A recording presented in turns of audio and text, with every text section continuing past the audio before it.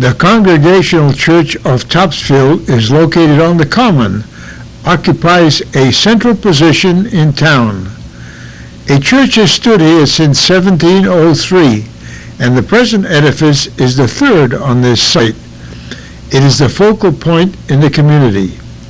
The first meeting house was erected here during the pastorate of Joseph Capon, close to his parsonage, and a small hill was leveled for the purpose.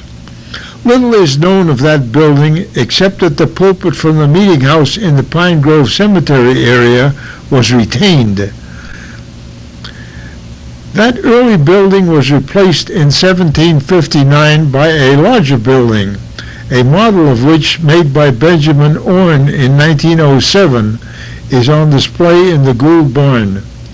A significant addition came in 1817 when a bell weighing 838.5 pounds, made by Revere and Company of Boston, was purchased for $400 and hung in the belfry.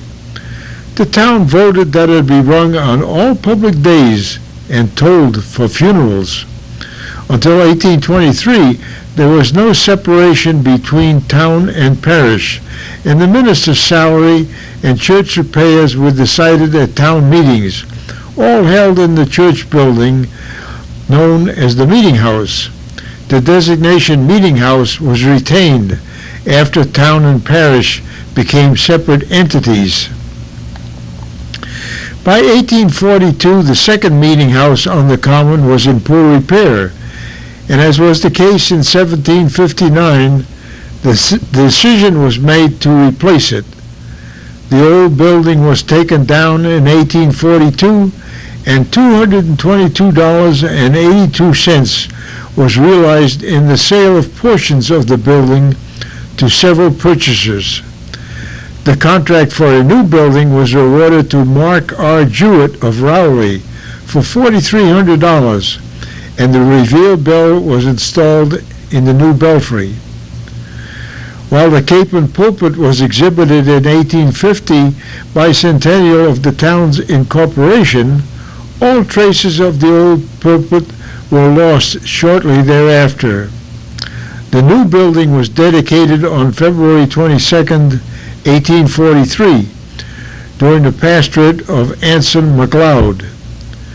With the exception of a vestry and an organ loft added in 1853, the exterior appearance of the church remained the same until 1967, when the chancel area was redesigned, requiring changes in the rear extension, and an approved access to the rear balcony in the church called for the addition of four-foot wings on the north and south sides of the building. A handicap entrance was added a few years later. During the last half-century, problems have surfaced and dealt with in ways nicely described in the church's website, www.topsfieldchurch.org. Most of what follows is taken directly from that write-up. The Meeting House project is addressing structural issues identified in the attic, tower, belfry, and spire, as well as exterior sheathing issues on the main facade and steeple, including rot and missing or damaged decorative elements. One component of this project is the removal, restoration, and reinstallation of the spire. A testimony to the craftsmanship of the builders of the Meeting House, the spire survived intact for over 100 years before it needed repair. During the past 50 years, repairs using steel supports and Band-Aid efforts have led to further deterioration. This project will undo the unfortunate repairs of recent years, which were occasioned by financial constraints. This time, the steeple will be rebuilt in keeping with the original structural integrity and thereby giving it a long-lasting future life. Necessary repairs will be made to the original cradle of the Paul Revere bell. The church commissions the preservation firm of Finch and Rose, the same firm that did a similar study for the Kiepenhuis, to make an assessment of what is needed to be done to restore this historic building. The key word here is restoration.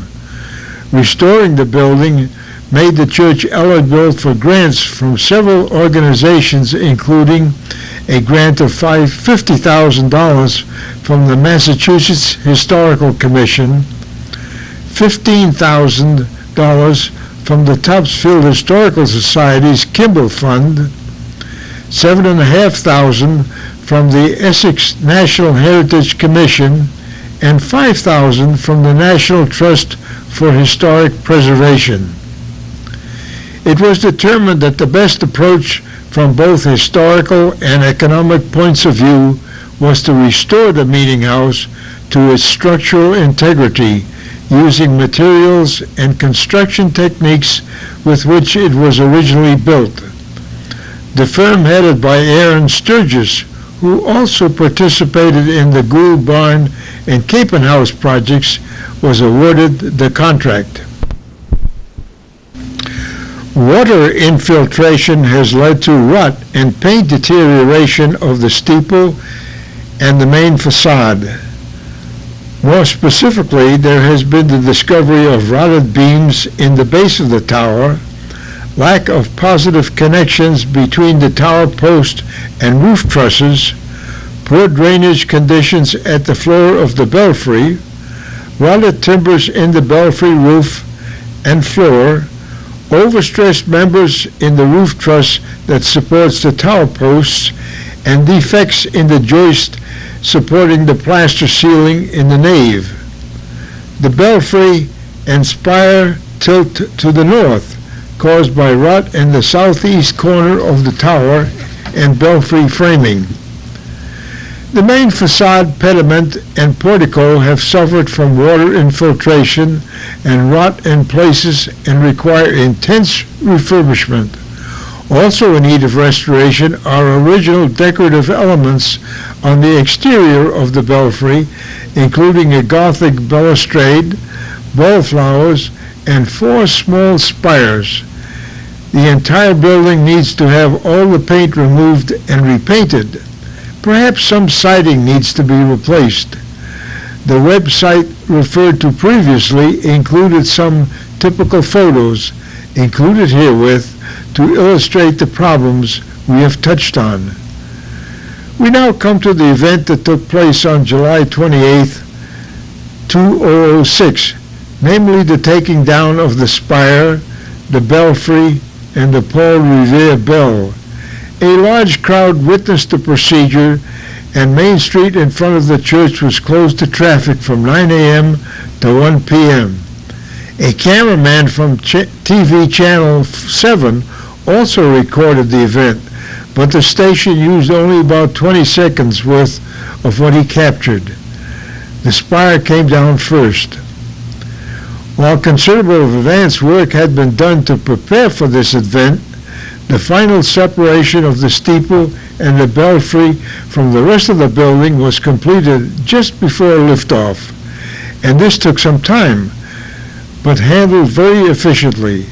The whole operation proceeded very smoothly by an expert crew.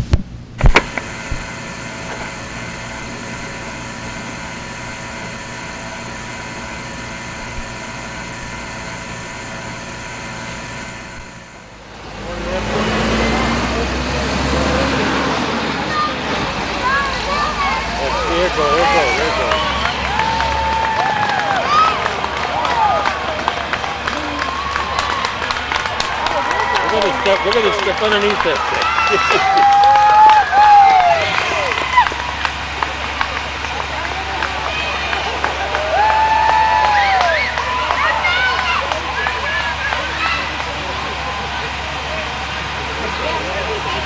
There it goes.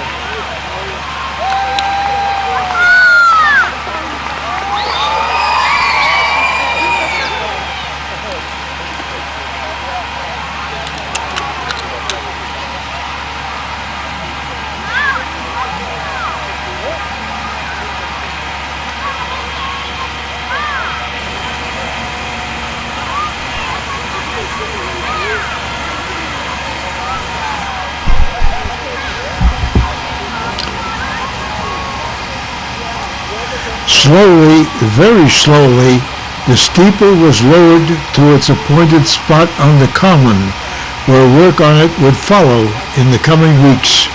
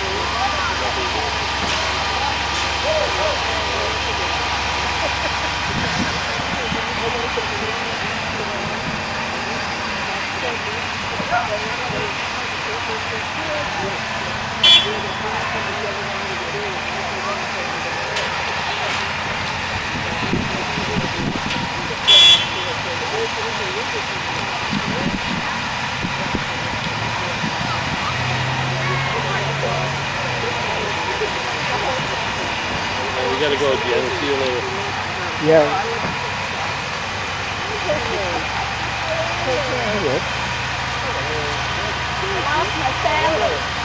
A special cage arrangement had been prepared for the steeple. Here we see the men anchoring the steeple to its temporary location. For this operation, the large crane had to be carefully leveled.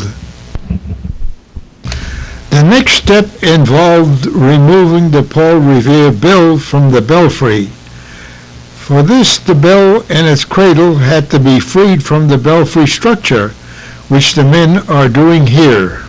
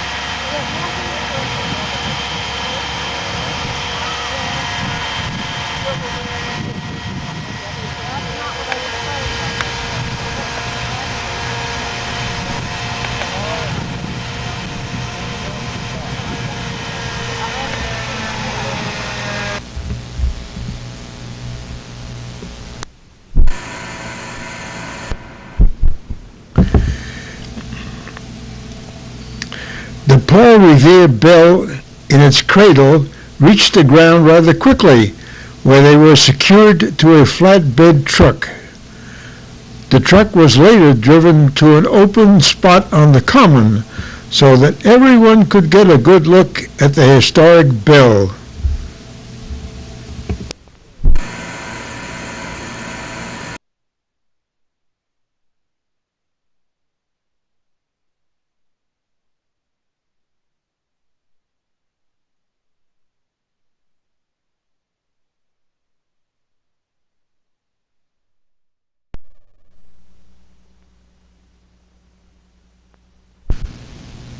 Next, the belfry had to be taken down, and separating the belfry from the steeple structure took a while, which the men are doing here. The belfry is a heavy structure, and it was lowered slowly. Here is a camera shot taken during the descent.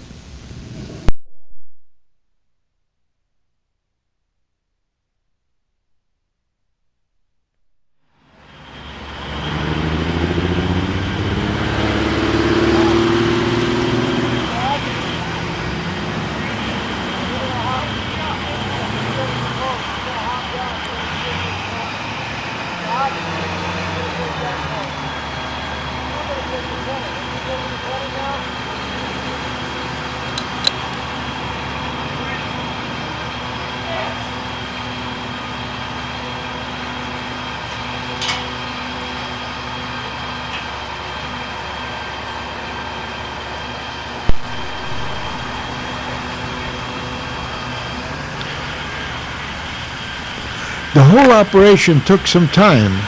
After the belfry was freed from the steeple, it was lifted by the crane, and the crew had to be very careful that it cleared the staging around the steeple. Once the belfry cleared the staging, the heavy load moved slowly to minimize swaying and finally reached its appointed area on the common.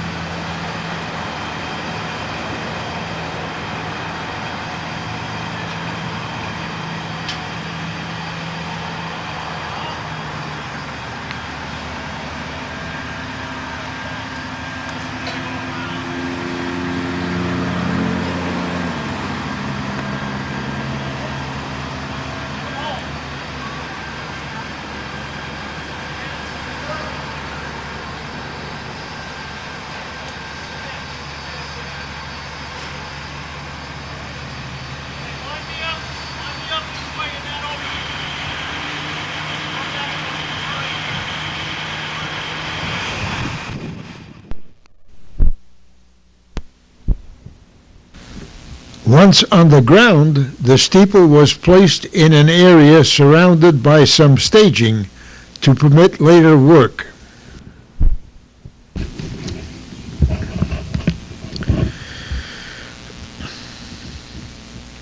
Some of the crew remained on the staging surrounding what remained of the steeple.